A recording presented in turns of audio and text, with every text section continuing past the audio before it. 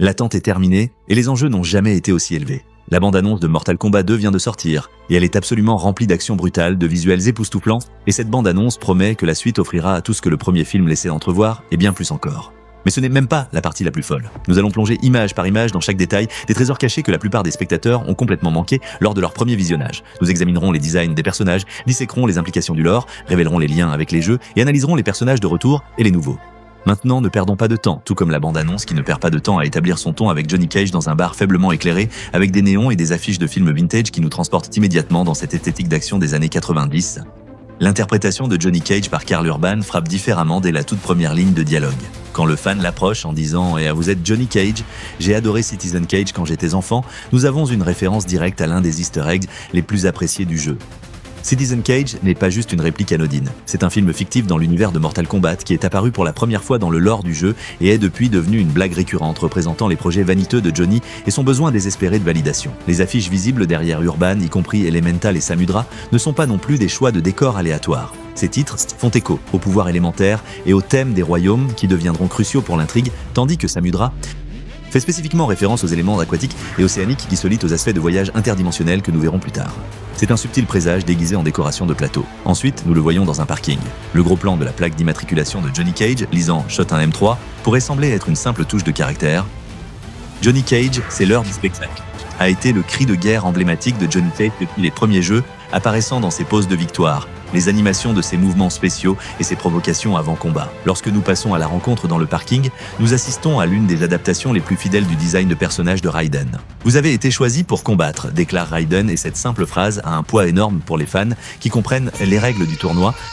Dans le lore de Mortal Kombat, être choisi ne concerne pas seulement la capacité de combat. Il s'agit d'avoir la force spirituelle pour représenter votre royaume dans un combat interdimensionnel, où le destin de mondes entiers est en jeu. La présence de Sonya Blade aux côtés de Raiden est particulièrement significative. Le personnage de Jessica McNamee montre des cicatrices visibles et une attitude endurcie qui suggère qu'elle n'a pas seulement survécu au tournoi précédent, mais qu'elle a activement recruté et formé de nouveaux combattants. Son langage corporel et ses expressions faciales transmettent l'image de quelqu'un qui a vu les véritables horreurs de l'Outworld et comprend exactement ce que Johnny est sur le point d'affronter. Le plan large du temple, perché parmi des sommets déchiquetés, est une pure poésie visuelle, mais il est également chargé d'implications de lore que les vétérans de la franchise reconnaîtront immédiatement. La statue massive de dragon qui émerge de la falaise n'est pas seulement un décor impressionnant. C'est un rappel visuel direct au logo de Mortal Kombat et au symbole du dragon de la franchise, qui représente la lutte éternelle entre les royaumes. Le style architectural reflète le palais de Shang Tsung des jeux classiques et du film de 1995, avec l'atmosphère brumeuse et la construction en forme de forteresse qui indique que nous entrons soit dans Outworld, soit dans un autre royaume mystique. Le concepteur de production Naman Marshall a confirmé dans des interviews récentes que cet endroit sert de cadre principal pour les batailles les plus cruciales du tournoi. Lorsque Kitana fait enfin son entrée, brandissant ses éventails en acier emblématique, nous voyons l'aboutissement de mois de travail de conception qui équilibre parfaitement son apparence classique du jeu avec les sensibilités cinématographiques et modernes. Le décor semblable à une forge avec son éclairage dramatique implique qu'il pourrait s'agir d'une épreuve par le combat, peut-être une partie du processus de sélection des champions du Royaume de la Terre ou un test de valeur dans la structure du tournoi. L'un des moments les plus visuellement frappants de la bande-annonce présente deux combattants s'affrontant à travers un portail bleu lumineux tourbillonnant d'énergie cosmique. Cette scène semble se dérouler dans le vide spatial entre les royaumes qui sert de terrain neutre pour le combat interdimensionnel. Les motifs d'énergie tourbillonnante sont remarquablement similaires à ceux vus dans Mortal Kombat 11 et le récent reboot MK1 suggérant que les cinéastes s'inspirent des développements les plus récents du lore de la franchise. Les combattants positionnés de chaque côté du portail semblent être Raiden et soit Liu Kang, soit un scorpion ressuscité, d'après leur silhouette et leur posture de combat. Cette position suggère que le combat n'est pas seulement entre des combattants individuels, mais entre des représentants de différents royaumes ou lignes temporelles. La révélation de Baraka représente tout ce que les fans espérèrent en termes d'adaptation fidèle et de maîtrise des effets pratiques. Ce n'est pas une version aseptisée ou humanisée du personnage. C'est Baraka dans toute sa gloire monstrueuse et terrifiante. Les dents en forme de lame, la peinture de guerre tribale et l'armure en os créent un design à la fois fidèle au jeu et véritablement effrayant en live action. Il semble être principalement en images de synthèse. Faites-moi savoir ce que vous pensez de son apparence, cependant. Mais le travail sur les effets pratiques des lames de bras de Baraka mérite une reconnaissance spéciale. Ce ne sont pas des armes en CGI, mais de véritables accessoires pratiques qui permettent des séquences de combat plus viscérales et réalistes. L'équipe de production a travaillé avec le célèbre designer de prothèses Connor O'Sullivan pour créer un design qui pourrait fonctionner dans une chorégraphie de combat intensive. Le décor de Westland où nous rencontrons Baraka semble être un camp au cœur de l'Outworld avec un environnement désertique rude qui sert de royaume d'origine.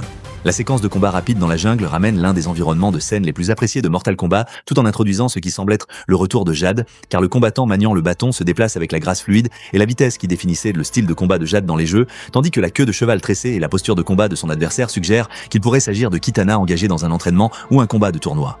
Je ne sais pas ce que je pense de Jade sans cheveux, cependant. Le décor de la jungle est dense en feuillage et ruines anciennes qui évoquent le niveau de la forêt vivante des jeux classiques, un lieu connu pour ses arbres mouvants, ses dangers cachés, et nous voyons aussi Liu Kang dans la bande-annonce. Le moment que chaque fan attendait arrive lorsque Scorpion lance son kunai, enchaîné à travers une arène du Netherrealm mais inondée de lave, accompagné du cri de guerre légendaire qui a défini la franchise.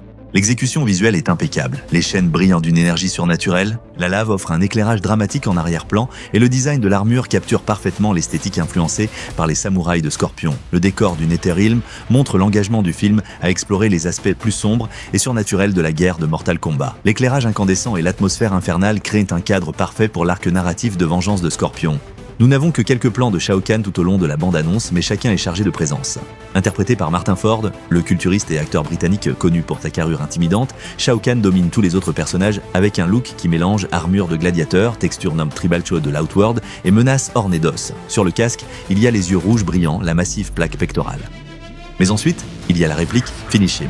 Elle arrive juste à la fin de la bande-annonce, et bien que la livraison soit visuellement réussie, le ton vocal semblait un peu plat. Il manque la basse imposante et l'autorité théâtrale que les fans associent à Shao Kahn dans les jeux où sa voix est profonde, provocante et menaçante. Ici, cela ressemble presque à une réplique jetée en l'air. Cela dit, cela pourrait être un audio provisoire, un mixage de bande-annonce ou même une subversion délibérée. Peut-être que nous ne sommes pas censés ressentir toute la force de Kahn avant le film proprement dit, réservant cette domination pour un moment plus important. Mais si nous revenons un peu en arrière, l'ennemi empalé semble être Noob Saibot basé sur l'armure noire et les éléments de design spectral visibles dans le bref aperçu que nous avons. Cela suggère que le film explorera la relation complexe entre Scorpion et la forme corrompue de Sub-Zero, ajoutant des couches de conflit personnel à la guerre interdimensionnelle. Les derniers instants de la bande-annonce mettent en avant le mélange caractéristique d'humour et d'héroïsme de Johnny Cage qui a fait de lui un personnage si apprécié dans les jeux. L'apparition de design de personnages classiques et modernes suggère que le film pourrait explorer des versions alternatives de combattants familiers, simplement avec Raiden ou Liu Kang servant de gardiens de la chronologie, similaires à leur rôle dans le récent redémarrage du jeu. L'accent mis sur la guerre des royaumes et le combat interdimensionnel suggère que la structure du tournoi sera plus complexe que de simples combats en tête-à-tête. Au-delà des références évidentes aux personnages et aux visuels, la bande-annonce contient de nombreux clins d'œil subtils qui récompensent d'une observation attentive. L'approche du réalisateur Simon McQuoid pour la suite démontre une compréhension claire de ce qui a rendu le premier film réussi, tout en abordant les domaines nécessitant des améliorations. Le travail sur les effets pratiques, notamment sur des personnages comme Baraka et Scorpion, montre un engagement envers un réalisme viscéral que la CGI seule ne pouvait pas atteindre, avec des premiers suivis suggérant qu'il pourrait surpasser la performance impressionnante du premier film sur HBO Max et en salle. Le choix de Karl Urban pour le rôle de Johnny Cage a suscité un engouement positif significatif parmi les fans et le grand public, beaucoup le considérant parfait pour le rôle. Mais dites-moi ce que vous en pensez. Warner Bros a déjà indiqué qu'il développe la suite dans le cadre d'un univers cinématographique plus vaste, avec des spin-offs potentiels se concentrant sur des personnages individuels ou des royaumes spécifiques. Le succès de ce film pourrait déterminer si nous verrons l'univers étendu de Mortal Kombat que les fans demandent depuis la renaissance cinématographique de la franchise. D'après cette analyse de la bande-annonce, Mortal Kombat 2 ne semble pas être tout ce que les fans espéraient, mais suffisamment. Les designs des personnages sont fidèles, l'action semble brutale et créative. Et l'humour semble naturel plutôt que forcé. Johnny Cage de Karl Urban vole chaque scène dans laquelle il se trouve, tandis que les membres du casting de retour montrent une nette croissance et évolution des personnages. Le plus important, la bande-annonce suggère que Mortal Kombat 2 ne sera pas juste une répétition du premier film, mais une véritable évolution qui fait avancer la franchise tout en honorant ses racines.